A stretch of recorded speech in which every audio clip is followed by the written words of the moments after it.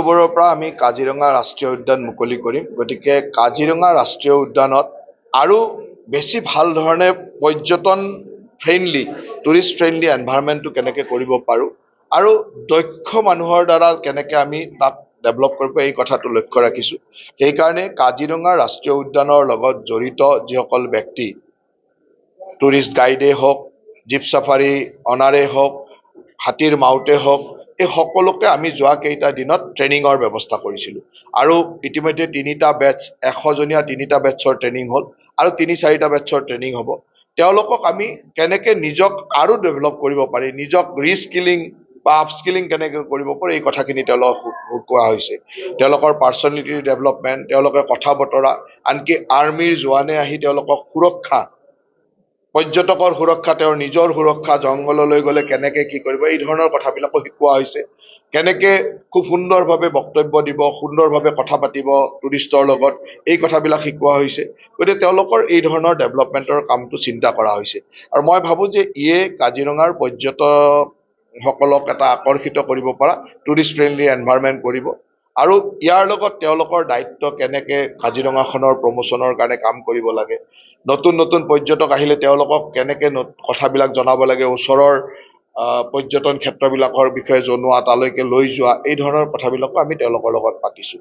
তাৰ লগে লগে এইবাৰ আপোনালোকক জনাবলৈ পাই সুখী যে অহা নৱেম্বৰ মাহত 26, 27 আৰু 28 তাৰিখে আমি কাজিৰঙাত ইণ্টাৰনেশ্যনেল টুৰিজিম মাৰ্ট কৰিবলৈ গৈ আছোঁ, য'ত অতি কমেও 300-400 বাহিৰৰ ৰাজ্যৰ বাহিৰৰ, দেশৰ বাহিৰৰ টুৰিজিম ছেক্টৰৰ ব্যক্তি আহিব, টুৰ অপাৰেটৰ, ট্ৰেভেল এজেণ্ট এনেকুৱা আহিব আৰু তেওঁলোকে 3 দিন ইয়াতে থাকি কাজিৰঙাৰ সকলো দিশ প্ৰমোচন কৰিব, ইয়াত বিভিন্ন আলোচনা কৰিব। আৰু যোৱা বছৰ আমাৰ প্ৰধানমন্ত্ৰী ডাঙৰীয়া অহাৰ পিছত কাজিৰঙা সম্পৰ্কে মানুহৰ উৎসুকতা বৃদ্ধি হৈছে। সেইকাৰণে ইয়াক কেনেকৈ আমাৰ ইনফ্ৰাষ্ট্ৰাকচাৰ কিমান আছে, কি ধৰণৰ আমাৰ টুৰিজিম ছেক্টৰবিলাকত সা সুবিধা আছে আৰু ক'ত আহিলে কি চাব পাৰে, কি চোৱাৰ প্ৰয়োজন আছে আৰু ওচৰে পাজৰে কি আছে, সকলোখিনি এই টুৰিজিম মাৰ্টত আমি দেখুৱাবলৈ চেষ্টা কৰিম। তেওঁলোকক ফেম টুৰ কৰি ইয়াৰ ওচৰৰ ঠাইবিলাক দেখুৱাবলৈ চেষ্টা কৰিম। মই ভাবোঁ যে ইয়ে কাজিৰঙাৰ পৰ্যটন ক্ষেত্ৰখনক এইবাৰ বহুত আগবঢ়াই লৈ যায়। চাওক, কাজিৰঙাৰ কথাটো এনেকুৱা যে কাজিৰঙাত আৰু এতিয়া মাছ টুৰিজিমটো সম্ভৱ নহ'ব, কাৰণ এতিয়ালৈকে কাজিৰঙাত যিমান মানুহ আহিছে, ইয়াতকৈ যদি আৰু 50,000 বা 1 লাখ মানুহ বাঢ়ি যায়, 50,000 মানুহলৈ হয়তো একমডেট কৰিব পাৰিম, কিন্তু 1-1.5 লাখ মানুহ যদি বাঢ়ি যায়, তেতিয়া ইয়াৰ যিটো বায়'ডাইভাৰ্চিটি, ইয়াৰ যিটো নেচাৰেল মানে প্ৰাকৃতিক ব্যৱস্থা, ভাৰসাম্যতা, ইয়াত ক'ৰবাত এফেক্ট হ'ব। সেইকাৰণে আমাৰ কথাটো হ'ল যে ইয়াত আমি quality tourism, high end tourism, অলপ যোনে ৰেভিনিউ দিব পাৰে, যোনে এই অঞ্চলৰ অৰ্থনীতিত সহায় কৰিব পাৰে, তেনেকুৱা ধৰণৰ টুৰিজিম ছেক্টৰ এটালৈকে আমি যাব লাগিব।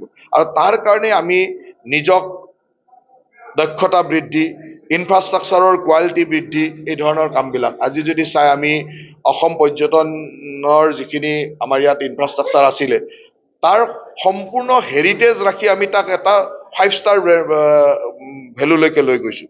বনানী, বনশ্ৰী, কুঞ্জবন, প্ৰশান্তি, এইবিলাকক আমি ডেভেলপ কৰিছোঁ এনেকৈ যে তাৰ ঐতিহ্যটো বাদ দিব দিব, সেই একেই কাঠৰ বাংলো, কাঠৰ ব্যৱস্থা, কিন্তু তাত ভিতৰত যাতে একেবাৰে 5 ষ্টাৰ ফেচিলিটি পাব পাৰে, তেনেকুৱা ধৰণৰ এটা ডেভেলপমেণ্টলৈ লৈ গৈছোঁ, যাতে সেই বাংলোবিলাকত সেই ধৰণৰ এক্সপেঞ্চ কৰিব পৰা, খৰচ কৰিব পৰা ধনী ব্যক্তিসকল আহি থাকিব পাৰে আৰু সেই সুবিধাবিলাক পায়।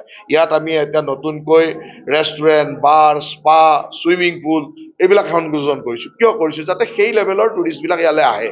গতিকে এটা সময় আছিল যে ইয়ালৈ পৰ্যটক আনিব লাগিছিল, এতিয়া আমি বিচাৰিছোঁ যে যোনে খৰচ কৰিব পাৰে, যোনে ৰেভিনিউ, ৰাজহ দিব পাৰে, তেনেকুৱা পৰ্যটক আনিব লাগে। কাৰণ ইয়াত বহুত বেছি পৰ্যটক আৰু আমি আনিব নোৱাৰোঁ, এইকাৰণে যে ইয়াৰ বায়'ডাইভাৰ্চিটি, ইয়াৰ পৰিৱেশ ইয়াত এফেক্ট কৰিব। সেইকাৰণে আমি পৰ্যটকৰ মানে হেৰিটো চেঞ্জ কৰিব বিচাৰিছোঁ, সেই লেভেলত আমি কামবিলাক আগবঢ়াই লৈ গৈছোঁ। অক্টোবৰত মুকলিদিনাখন কোনোবা বিশিষ্ট অতিথি আহিব নেকি?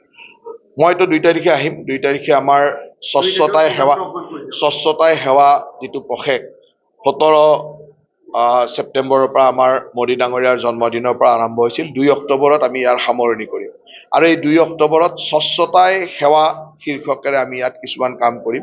ইয়াত আমি প্ৰথম এটা লক্ষ্য লৈছোঁ যে আমাৰ যিবিলাক ঠাই সাধাৰণতে আমি পৰ্যটন ক্ষেত্ৰত কাজিৰঙাৰ বিভিন্ন ঠাই এনেকুৱা আছে য'ত আমি সাধাৰণতে গাৰ্বেজ পেলাওঁ, ডাষ্টবিন হিচাপে ইউজ কৰোঁ, সেই জেগাবিলাক ডেভেলপ কৰি তাক কেনেকৈ একোটা চেল্ফি পইণ্টলৈ ডেভেলপ কৰিব পাৰি আমি তেনেকুৱা 3-4টা জেগা আইডেণ্টিফাই কৰিছোঁ যে তাত আগতে মানুহে গাৰ্বেজ পেলাইছিল জাবৰ জোথৰ পেলাইছিল সেইটোক আমি চাফ চিকুণ কৰি তাত কেনেকৈ এটা চেল্ফি পইণ্ট কৰিব পাৰোঁ তাত গৈ মানুহে ফটো উঠে স্বচ্ছতাটো আমাৰ প্ৰায়ৰিটি হয় সেই ধৰণৰ পৰিকল্পনাৰে 2 তাৰিখে আমি স্বচ্ছতা সেৱাৰ আমি সামৰণি উৎসৱটো কাজিৰঙাত পাতিম সামৰণি অনুষ্ঠান কাজিৰঙাত পাতিম আৰু মই তালৈকে আহিম 2 তাৰিখে মই ইয়াত থাকিম আৰু নৱেম্বৰ মাহততো কেন্দ্ৰীয় পৰ্যটন মন্ত্ৰীকে আদি কৰি মুখ্যমন্ত্ৰী সকলো ইয়ালৈ আহিব যাতে ইয়াৰ টুৰিজিম মাৰ্টখন খুব সুন্দৰভাৱে আমি কৰিব পাৰোঁ পঞ্চতাৰকা হোটেলৰ বিষয়টো বৰ্তমান চাওক এতিয়া পঞ্চতাৰকা হোটেলৰ কামটো চলিয়ে আছে আৰু হৈ যাব আমি বিচাৰো যে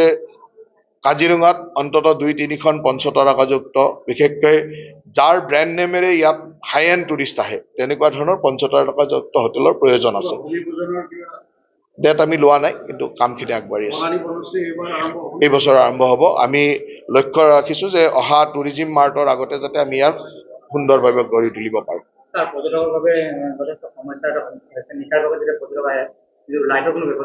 চব যেতিয়া ডিমাণ্ড আহিব তেতিয়া কামবিলাক হৈ থাকিব ইয়াত লাইট লগোৱা হয় অকণমান ক'ৰবাত বান্দৰৰো উৎপাত হয় লাইটবিলাক ঠিক কৰি ৰাখিব নোৱাৰি চলাৰ লাইটো লগোৱা হৈছিল মানে বান্দৰৰ কাৰণে অসুবিধা হয় আমি ইয়াত চুইমিং পুল বনাইছিলোঁ চুইমিং পুলত বান্দৰৰ কাৰণে মানুহ গা ধুব নোৱাৰে এতিয়া আমি ইনডোৰ চুইমিং পুল বনাইছোঁ যাতে সেইটোৰ প্ৰটেকশ্যন আহি যায় গতিকে সকলো বস্তুৰে সমস্যা যেতিয়া দেখিম তাৰ সমাধান হ'ব আগতে লাইট লগালোঁ বান্দৰে অসুবিধা দিলে এইবাৰ বান্দৰে অসুবিধা নিদিব পৰা লাইট লগাব লাগিব তেনেকুৱা কাম চলি আছে গতিকে চিন্তা কৰিব নালাগে চব হৈ থাকিব